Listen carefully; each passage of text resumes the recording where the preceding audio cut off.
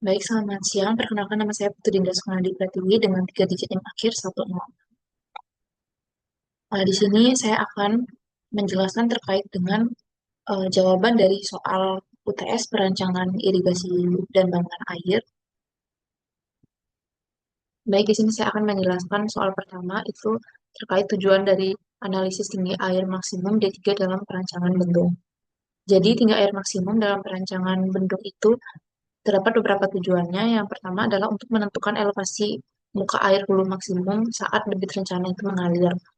Sehingga ini bisa menjadi dasar untuk penentuan ketika kita ingin mengetahui tinggi mercu bendung dan tinggi eh, bangunan pengaman atau yang biasa disebut sebagai tanggul. Kemudian tujuan selanjutnya adalah menghindari adanya overtopping atau luapan. Jadi agar tidak ada luapan yang bisa menyebabkan kegagalan dari struktur yang telah dibuat. Kemudian juga menjamin keamanan hidrolis dan stabilitas dari bendung itu sendiri. Jadi tidak akan ada kejadian di mana bendung itu guling begitu. Jadi lebih stabil secara strukturnya. Kemudian soal nomor B itu adalah dengan metode trial dan error seperti pada tabel, jelaskan bagaimana menentukan nilai D3.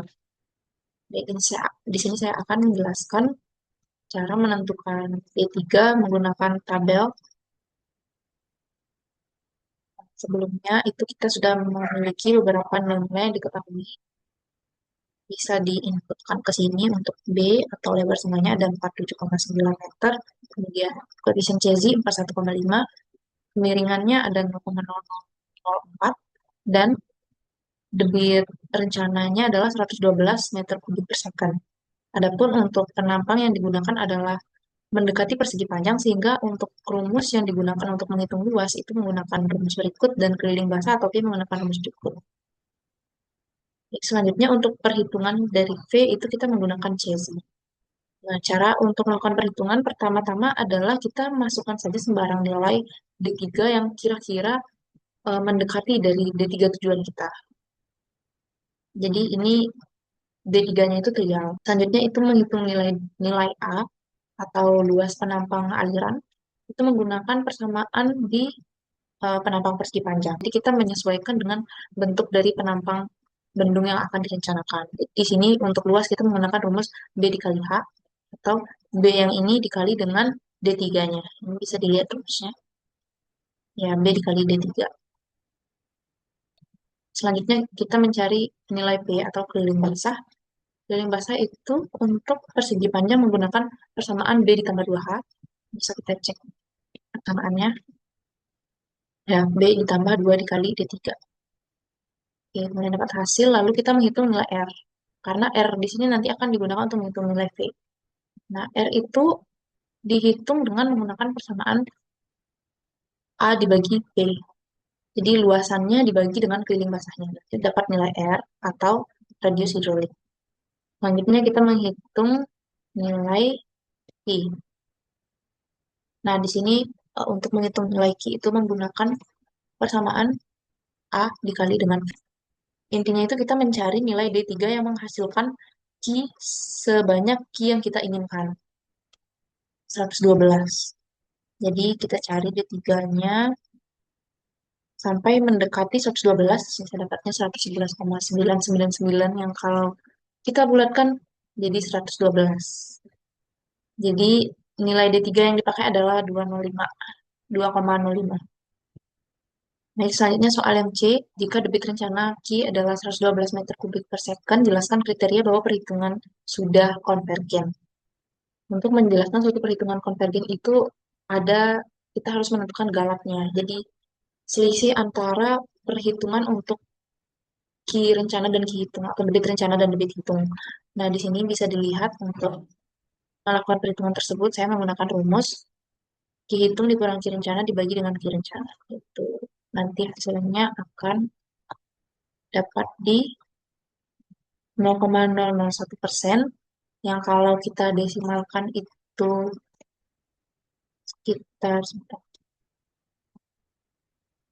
0,000001. Jadi galatnya sangat kecil dan konvergennya itu sudah baik.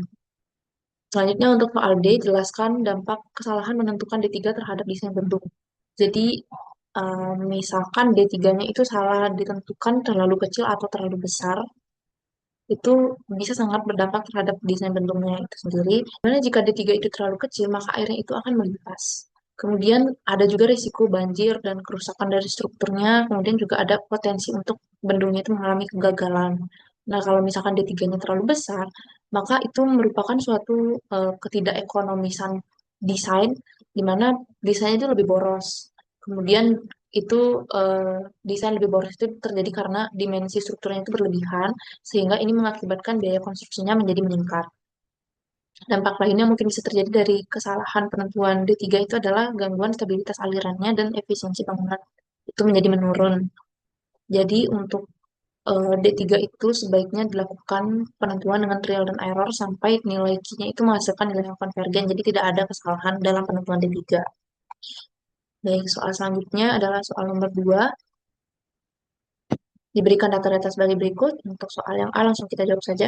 Jelaskan konsep backwater calculation dalam menentukan elevasi mercu. Jadi backwater calculation itu apa? Nah, seperti bisa dilihat pada gambar, di sini ada aliran sungai dan di sini ada bendung. Nah, kalau misalkan tidak ada bendung, maka aliran sungainya dia akan datar-datar saja atau benar-benar mengikuti kontur aliran. Misalkan garisnya itu dari sini, itu bisa ke sini, seperti garis titik-titik hijau ini kalau bisa terlihat di slide. Nah, seperti ini. Harusnya dia seperti itu. Tetapi kalau misalkan ada bendung di sini, maka akan terjadi kenaikan profil muka air seperti ditunjukkan pada garis warna oranye atau kurva M1 ini merupakan, jadi kenapa kita menghitung backwater calculation itu karena kita harus mengetahui dulu dan menganalisa memprediksi pengaruh dari peningkatan tinggi muka air di sini terhadap eh, bangunan bendung itu sendiri, kemudian juga terhadap efeknya ke lingkungan sekitar di area hulu maupun di hilir.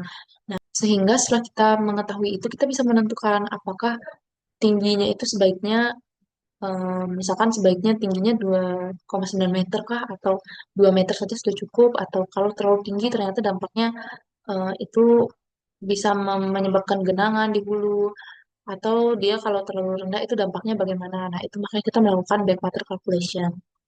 Jadi secara tidak langsung memang backwater calculation ini eh, itu menyeimbangkan antara kebutuhan dari elevasi muka air yang cukup untuk irigasi. Jadi eh, misalkan untuk irigasi kita perlu tingginya segini gitu muka airnya. Jadi kita perlu menaikkan lagi untuk ini tinggi bendungnya. Jadi tinggi muka airnya itu harus dipastikan cukup untuk mengaliri irigasinya, tapi juga tidak berdampak signifikan terhadap area di hulunya. Begitu. Selanjutnya itu soal yang B, hitung elevasi muka air bendung. Nah, untuk melakukan perhitungan elevasi muka air bendung di sini kita menggunakan Excel sebagai alat bantu perhitungan dengan data-data yang diketahui adalah sebagai berikut. Ada elevasi sawah tertinggi, elevasi dasar sungai, kehilangan energi total bisa diinputkan. Nah, energi total kira-kira seperti ini. Dan kita diminta untuk mencari elevasi muka air bendung. Elevasi muka air bendung itu dicari dengan menjumlahkan antara elevasi sawah tertinggi dan kehilangan energi total atau yang 1,3 ini tadi. Lalu didapatkan ternyata elevasi muka air bendungnya adalah 272,4 meter. Oke, kita lanjut ke soal C.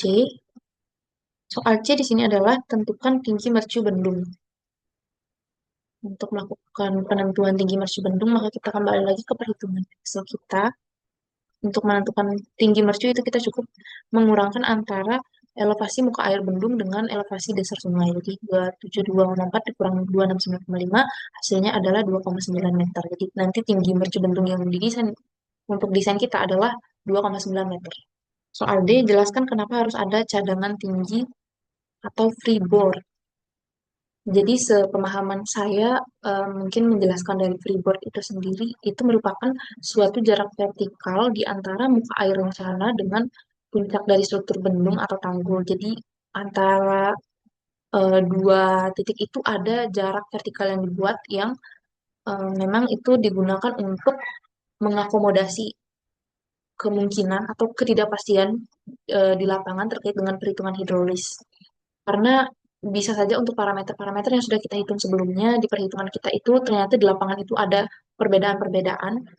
Jadi eh, perhitungannya itu menjadi kurang pasti begitu. Jadi, karena memang aliran sungai itu tidak selalu stabil untuk baik itu untuk debitnya itu tidak selalu segitu-segitu saja, pasti akan ada perubahan aliran air sungai. Jadi itulah mengapa kita perlu freeboard ini untuk kita dapat mengantisipasi potensi adanya limpasan air yang melimpas dari struktur dan juga bisa mencegah terjadinya overtopping atau kondisi di mana air itu melimpas melewati bendung atau tanggul yang nantinya akan menyebabkan beberapa hal seperti misalkan erosi bagian hilir begitu yang nantinya menyebabkan kerusakan atau kegagalan struktur. Jadi kita di sini mengantisipasi hal tersebut, mengantisipasi adanya perubahan-perubahan di bagian hilir dan bisa juga merubah morfologi dari sungai. Misalnya ada sedimentasi yang berlebihan begitu. Jadi morfologi sungainya bisa berubah. Nah, itu kenapa kita menggunakan mengadakan freeboard di sini.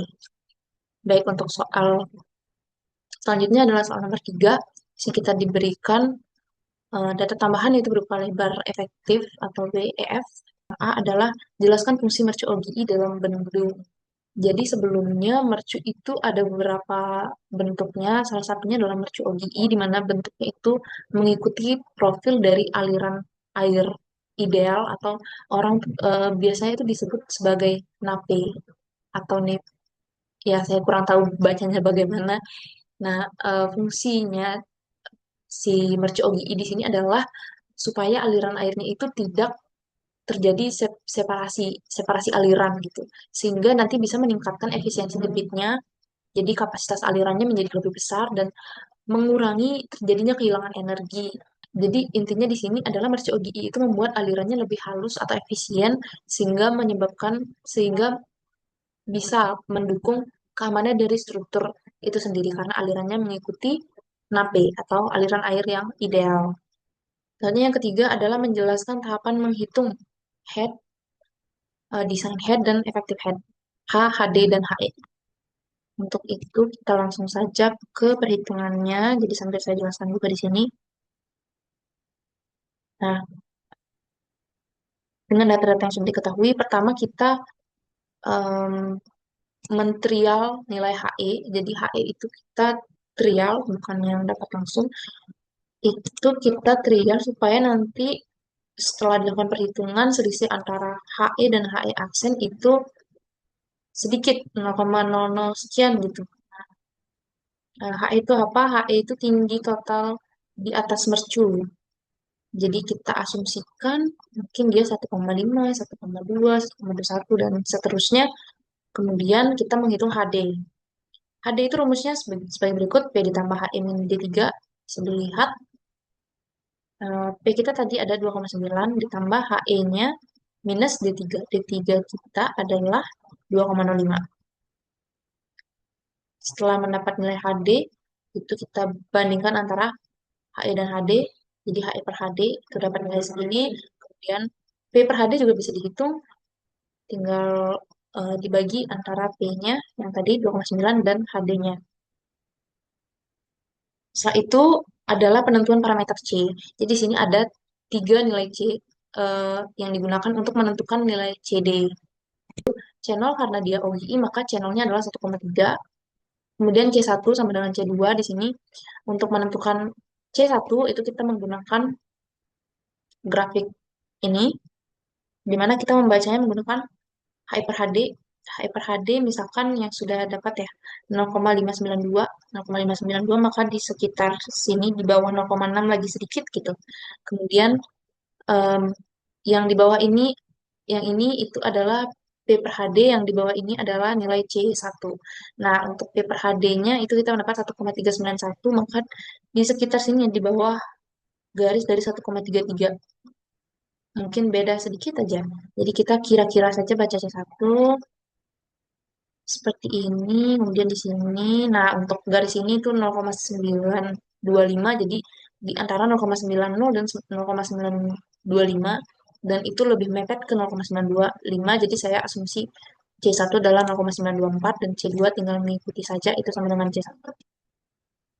Lalu kita hitung CD dengan mengalihkan ketiga parameter C tadi, dan kita hitung HE dengan persamaan sebagai berikut, dapat hasil segini, lalu kita hitung selisih dari HE aksen yang ini dan HE yang ini. Lalu dapat selisihnya adalah sekitar 0,0064. Jadi saya ambil yang ini karena selisihnya paling kecil dan sangat mendekati 0. Lalu kita hitung P per HE-nya. P per HE-nya adalah 2,348 yang artinya dia masuk dalam kategori vertikal. Nah, jadi untuk menentukan nilai H itu H adalah tinggi air maksimum di atas mercu, itu cara menentukannya. Di sini kita trial nilai HP0. Jadi kita cari HP0 yang kira-kira eh, mendekati supaya galatnya nanti 0. Galat itu didapat dari eh, HP aksen 0 dikurang HP0. Jadi nilainya sangat mendekati. Ya, di mana HP0-nya adalah 0,016 dan HP aksen 0-nya 0,164. Nah, selanjutnya yang dilakukan adalah menghitung H berdasarkan dengan HP material kita. Di sini pakai 0,016, tinggal dikurang dari em, HE yang di perhitungan sebelumnya sudah dilakukan. Jadi HE dikurang HP0, didapatkan nilai H. Setelah dapat nilai H, kita cari D0. D0 itu menjumlahkan antara nilai H dan juga nilai P atau tinggi mercu. Kemudian untuk A bisa dihitung dengan mengalihkan antara D0 yang tadi didapat sebelumnya dengan B efektif atau lebar efektif. Kemudian kita di sini mendapatkan kecepatan aliran di hulu bendung itu dibagi antara A dan juga Q. Jadi Q dibagi A. Untuk V0-nya adalah Q dibagi A. Setelah itu baru kita bisa mendapatkan HV0 aksen dengan persamaan V0 dipangkat 2, kemudian dibagi 2 kali G atau 2 kali gravitasi, di mana gravitasi ada 9,81. Dan dapat HP 0 aksen 0,0164 dan dilakukan juga untuk trial-trial yang lain. Ternyata hasil yang paling bagus itu di HP 0,016. Jadi kita gunakan untuk nilai H-nya yang di HP 0,016, sehingga nilai H yang kita dapat adalah 1,219 meter. Oh, jadi tadi itu sudah termasuk menjelaskan yang C ya, jadi menjelaskan proses trial dan errornya sampai dia sama dengan nol. Jadi mungkin saya jelaskan ulang sedikit ya. Untuk penentuan proses trial dan error itu misalnya seperti ini. Misalkan dari atas itu saya asumsi HE 1,5, tapi ternyata selisihnya minus 0,267. Tidak terlalu buruk, tetapi kita masih bisa mendapat angka yang lebih baik. Jadi saya coba turunkan nilainya jadi 1,209 begitu. Ternyata 1,209 itu lebih baik dari 1,5 karena hasilnya sudah positif, tetapi dia masih lebih dari 0,00, jadi ada 0,027. Jadi di sini saya coba naikkan angkanya jadi 1,21, ternyata dia malah naik. Kemudian saya 1,22, eh, itu jadinya 0,012. Jadi mungkin di sekitar 1,22 mungkin. Jadi saya tadinya itu di sini pakai 1,23 aja gitu. Dan ternyata bagus. Kemudian saya coba 1,235 itu hasilnya seperti ini. Nah, kemudian saya coba lagi untuk nilai-nilai lainnya. Jadi bisa saya pilih 1,3 dan ternyata 1,3 itu sudah minus. Jadi memang nilai HI terbaiknya adalah 1,235, di mana saya dapat selisihnya adalah 0,00064. Jadi itu caranya trial sampai selisih hanya itu adalah 0, 0, gitu. Soal selanjutnya yang D, tentukan tinggi air di atas mercu atau HE. Nah, seperti tadi, jadi karena kita sudah melakukan perhitungan dan ternyata yang paling mendekati selisihnya itu paling mendekati nol untuk selisihnya itu adalah HE di 1,235. Jadi kita untuk menentukan HE-nya kita pilih yang HE 1,235 meter. Nomor 4 itu adalah menjelaskan tahapan perencanaan mercubendung sesuai dengan nomor-nomor soalnya ada A sampai F. Baik di sini pertama menjelaskan penentuan kebutuhan elevasi muka air irigasi. Nah, jadi untuk menentukan kebutuhan elevasi muka air irigasi itu tentunya kita harus tahu berapa eh, jarak atau ketinggian dari irigasi yang mau dituju. Nah, untuk hal tersebut itu kita mau eh, pertama-tama harus tahu elevasi minimum dari muka air yang harus dicapai di hulu bendung supaya airnya itu nanti bisa mengalir ke saluran irigasinya itu sendiri. Jadi minimumnya itu berapa supaya kita bisa mengalirkan. Nah, hal-hal yang dipertimbangkan atau diperhitungkan di sini meliputi elevasi sewa tertinggi, kemudian juga kehilangan energi di saluran, dan kebutuhan tinggi muka air di intake-nya. Nah, hasilnya itu adalah kita dapat elevasi muka air rencana di bendung yang tentunya itu harus bisa mengalirkan air ke irigasi. Eh, Elevasinya itu cukup untuk mengalirkan air ke irigasi begitu. Kemudian yang pertanyaan B, penentuan elevasi dan tinggi mercu bendung atau P. Untuk penentuan nilai P itu sama seperti perhitungan yang sudah dilakukan tadi. Jadi untuk nilai P itu menggunakan elevasi muka air dikurang elevasi dasar sungai. Jadi supaya kita bisa tahu kira-kira berapa sih ketinggian dari mercu yang diperlukan begitu. Kemudian yang nomor C, penentuan tipe mercu bendung berdasarkan parameter yang digunakan. Sebelumnya mercu bendung itu memang ada beberapa tipenya dan pemilihan tipenya itu didasarkan pada parameter-parameter dari eh, desain atau parameter-parameter yang digunakan pada desain yang bisa meliputi beberapa hal seperti debit rencana, kemudian tinggi dari bendungnya atau P-nya, kemudian kondisi alirannya itu bagaimana, kemudian juga efisiensinya dan lain sebagainya. Sebelum kemudian kita menentukan bentuk atau tipe mercu yang akan digunakan itu bagaimana gitu. Nah, kalau berdasarkan dari desain yang kita buat di sini, saya memilih tipe mercu OGI itu karena memang dia lumayan tinggi, di mana P-nya itu lebih besar dari 1,5 kan. Tadi karena P-nya 2,9 meter, itu lebih besar dari 1,5. Jadi, dia termasuk dari bendung yang lumayan tinggi.